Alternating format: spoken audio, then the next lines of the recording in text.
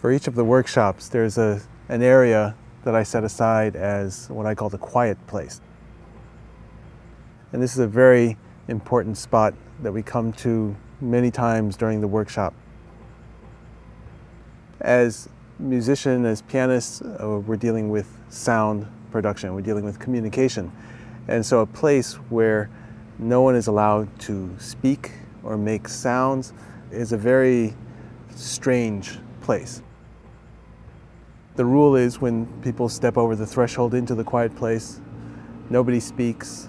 I speak because I'm giving them directives on exercises to do, different kinds of meditation. Get a sense of how you're seated. Are you comfortable, uncomfortable? What kind of sounds are around you? This awareness that we're gaining from being in the quiet place and taking in the sounds around us and just being aware of everything, sounds and sights and smells, enhances how much we're going to be aware when we learn away from the piano and at the piano as well. It's all going to translate. We do exercises in oral imagery and physical imagery. Let's look at just the very first measure.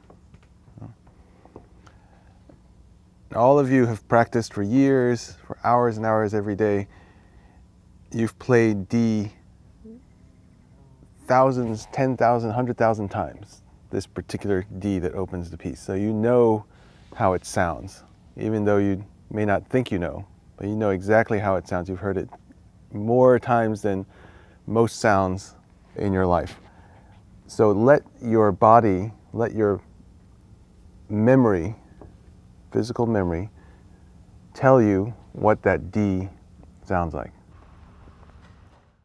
I find that being in the quiet place and visualizing playing the piece, I'm able to, it actually makes a lot of things clear. As far as visualizing physically what it feels like to play from the score, that comes pretty naturally to me. But the aural visualization, I'm not quite so strong on. It's a place where we think about the thoughts going on inside of our heads and also the feelings that are going through us.